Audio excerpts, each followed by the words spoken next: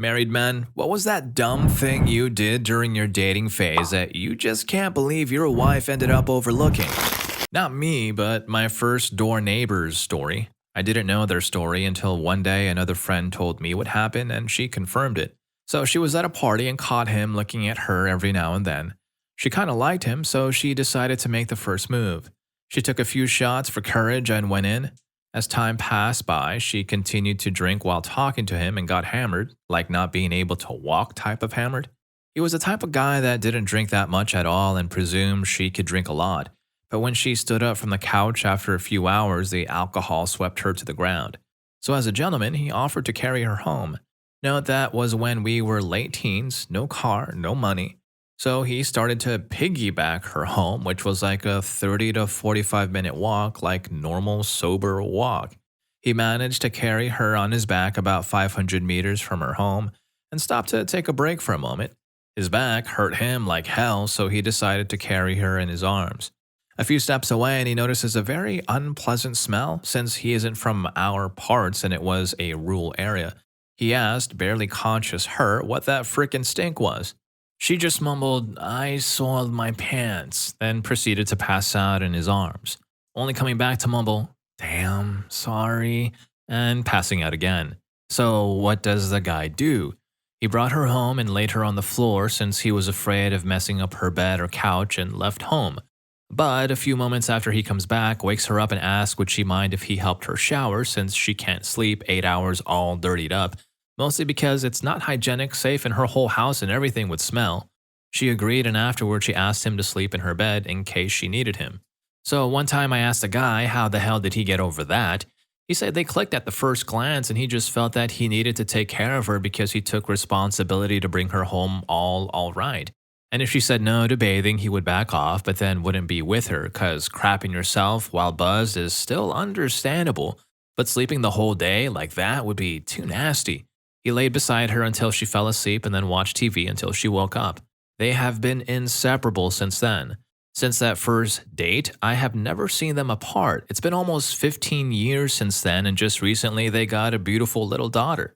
This one was pretty cute. Good start for the first story, and it's almost as if the crap in her pants became the fertilizer for their growing love. I know, it's gross, but you gotta admit, it's still pretty beautiful. On to the next story.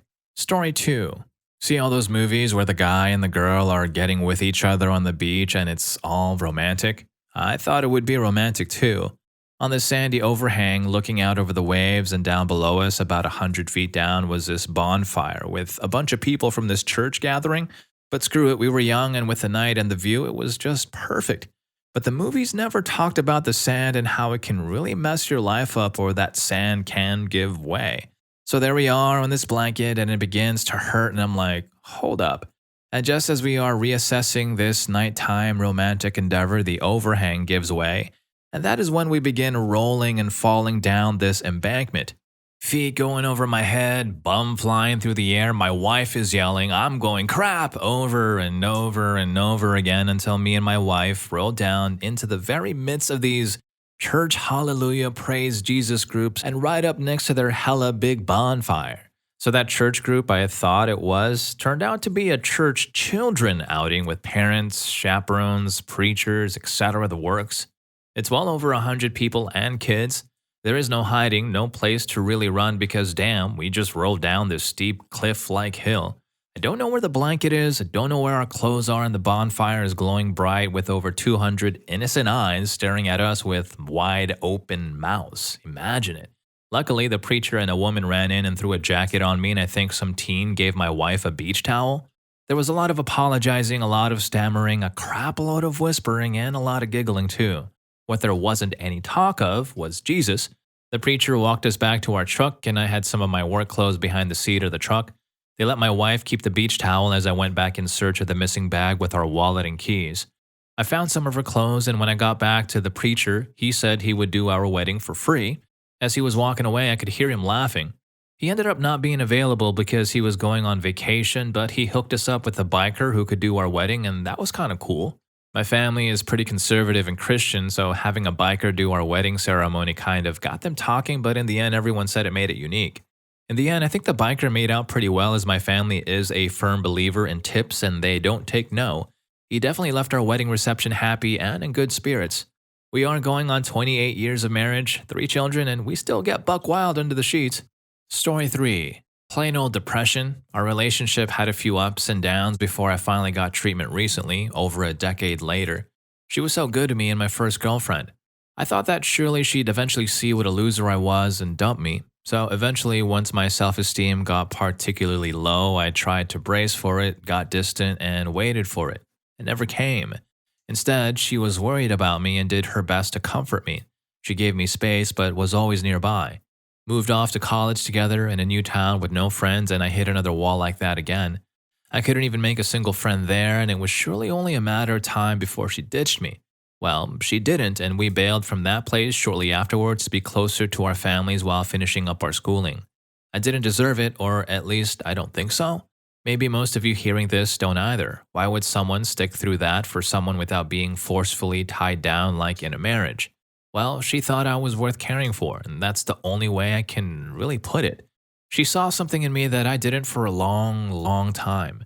Maybe it's the small things and the good moments that she saw that I wasn't garbage all the way through. One of my top stories is about a time that I gave her the boots off my feet for a science lab, closed-toe shoes required, because we lived off campus and she wouldn't make it back in time. I walked around in the rain with socks without a second thought. More recently, I held things together while she went through a rough pregnancy and an emergency C-section at 29 weeks and over 2 months in the NICU. I have my moments at being a rock, I guess. I want to be like that all the time. With treatment now, I think I almost can be. She makes me feel like we're unstoppable together. We've got a house in a safe area now. I'm almost done with my bachelor's and we have a beautiful baby girl. Somehow, my wife saw the potential and I'll be forever grateful for it. Story 4. I used to write poems and share them with my girlfriend when we were dating. I would share them with her quite frequently, even though she didn't care much for poetry. She always gave an honest opinion about the ones she liked and critiques on the ones she didn't. I wrote a few about her and ended up sharing them with her, which she enjoyed. Absent-minded me thought to memorize one of them in particular, a love poem, if you will, and use it as a lead-up to my secretly orchestrated proposal. So the day comes and I convinced her to take her siblings with us to a park that we would visit on certain weekends when the weather was nice. If it was just us, she would have suspected something was up. I walked her down the bridge that crossed over the train tracks and overlooked the water, recited the entirety of the poem with as much of a dramatic, lover-like tone as I could muster, and I handed her a silver box that contained a heart-shaped key to a locket that the engagement ring was locked on.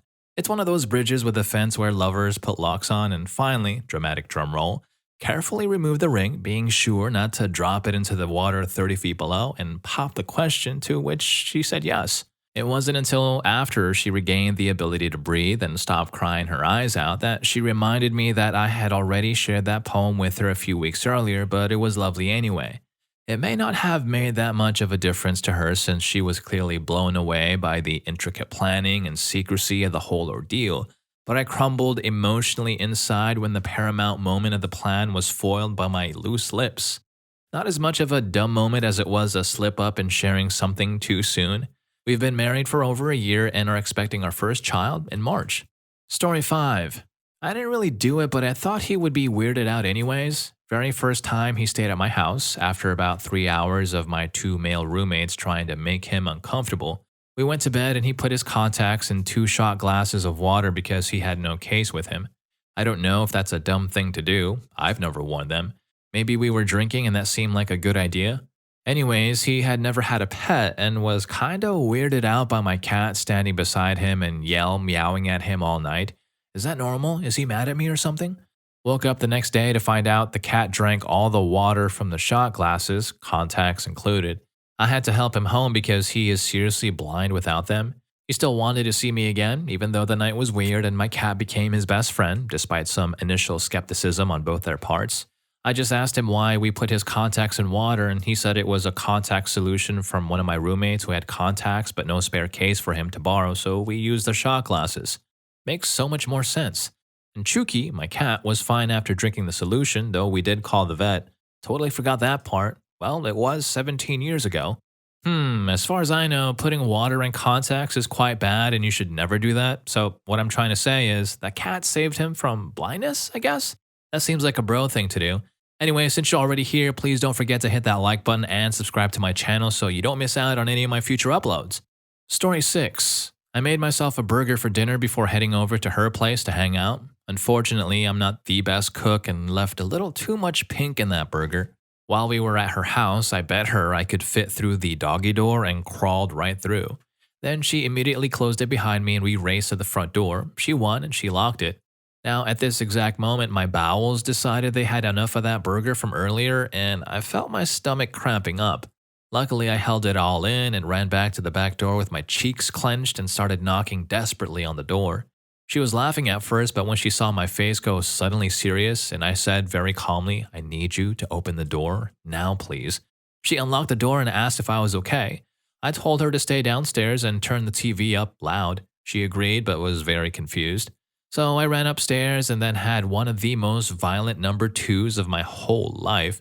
I thought the worst was behind me until I went to wipe and, of course, no TP. So she took my instructions really well, and when I yelled to her, texted her, and called her, I got no answer. After probably like 10 missed calls, she finally answered and I asked her to bring me some toilet paper and leave outside the door and try not to breathe on the way upstairs. She was great about it and immediately started making fun of me when I came back downstairs. Now, quite a few years later, a couple of kids and a cat, she's still making fun of me. Story 7. For our second date, I had invited her out with myself and some friends to celebrate a friend getting a job. I drank heavily. She was my designated driver. She drove me home, and as she pulled up to the curb, I threw open the door, rolled out of the car, and hurled into the gutter. She then offered to help me cross the street, to which I responded by yelling, "I'm disgusting," and sprinting across the street. Once inside, I brushed my teeth aggressively. She asked what I was doing, and I told her I needed to clean my mouth so I could kiss her. After I was done, I walked to my room, laid down, and immediately fell asleep. She spent the night to make sure I was okay. I'm now holding our baby girl who was born just last week. I asked her at one point why she stayed with me through that, and she said it was because, even though I was hammered, the whole time I was still gentle and kind, asked her if she was having fun, and introduced her to everyone I knew. I'm a lucky guy. That mental image of a buzz guy yelling, "I'm disgusting," then sprinting away has me cackling. Story 8. Back when I first dated my wife, she was living with her brother, so she only had one room for herself, which is where we chilled most of the time. Since the room was cramped, she had a huge loft bed above the door. So whenever we went to sleep, we had to climb up the ladder and sleep about a meter below the ceiling. Now the problem with that was that the bathroom was right next to her room with only a paper-thin wall separating the two. The even bigger problem was that since the bathroom had no windows, it only had a small ventilation shaft that led right into her room about 80 centimeters above where our heads were when we slept. I enjoy spicy food a lot, so naturally, when one of our local supermarkets had some special super hot crap week, I had to pick up a few things. The most notable one was a pizza that was marketed as being the hottest stuff ever. The backside of the box had skulls and warnings all over the place. Whatever, I wanted to eat it. The evening came, and with it the hunger. Threw pizza into the oven, sliced it into 8 pieces, and served it. My wife surrendered after 2 bites. I ate the rest of the pizza. It didn't really taste that good, but I was hungry. Everything was fine. We watched a movie and then went to bed. 10 minutes after we went to bed, the pizza started to go ham on my intestines. It wanted to be freed from its imprisonment. My options were to go to the adjacent toilet with the paper-thin wall and the ventilation shaft that led straight to her bed, or just violently crap myself while pretending to be asleep. In the end, it would have probably made little difference, but I decided to go to the toilet. So I jumped down the ladder, ran to the toilet, and bombarded the living hell out of the porcelain throne. Her brother had just installed a new extremely bright lamp right above the toilet a few days ago, which made this session feel like my spirit was ascending straight to heaven, while the torrent of burning crap ravaged the corporeal shell that was left behind. I have an inflammatory bowel disease, so I'm used to it, but this one took my game to the next level. The pain was immense, and the orchestral piece hammering into the toilet sounded like the alien soundtrack from the Annihilation movie. When I was done, my body was sweating in places I didn't even know existed, but I was relieved. It felt like I had single-handedly won the Battle of Helm's Deep. At this point, I was barely still alive, and the only thing on my mind was go to bed and sleep. So my empty husk of a body managed to carry itself up the ladder to the bed, but that's where I realized I was not alone. My wife was still here. Well, of course, it's her bed after all. But I was so focused on my heroic toilet adventure that I forgot I was not at home. She looked at me, shocked, and asked, "Is everything okay?" "Yes, the pizza just carved its way out of my body," I said. Then I lay down next to her, still sweating like a madman. The whole room smelled horrible, and I knew that she heard me orchestrating the Annihilation soundtrack. I didn't know what to say. I was just happy that I was still alive after all of that. Then my wife turned around and snuggled up to me, and then we went to sleep. Story 9. On our second date, I arrived an hour late. I'm not really sure why I was late. I remember it being something related to work. But I was late to most of our dates, so honestly, I should have just planned better. She rarely complained about it, even though most of the time she'd be waiting in a public place with nothing to do, like a park or a mall. But the few times she did make me realize how much of a jerk I was being, and eventually I stopped being late. I haven't been late to any of our appointments since we got married, just one of the ways that she made me a better person, I guess. Anyway, when I went to greet her with a little hug, yep, that's how we greet people around here, I accidentally knocked her phone off of her hand. It hit the ground and cracked the screen, but I wasn't sure if it was already cracked. I apologized. She said it was okay and that the screen was already like that before. Almost a year later, she confessed that I actually broke her phone that day. She had just gotten it from her mom. All phones she ever had were secondhand, very simple ones, and she couldn't afford a new one at the time, but still, she lied and kept using the broken phone so I wouldn't feel bad. My heart sank. We've been married 2 years now, and I've given her a brand new flagship phone every year since. Story 10. Child of adult here. My parents were getting pretty close to the engagement step when my mom got injured. My dad's friends were having a house party, and even though my mom was tired, limited, and in pain, she agreed to go with him on the condition they'd leave when she wanted and that my dad would keep himself sober enough to drive back. Well, Dad got too into the party, drank more than he should have, and brushed off my mom's first request to leave.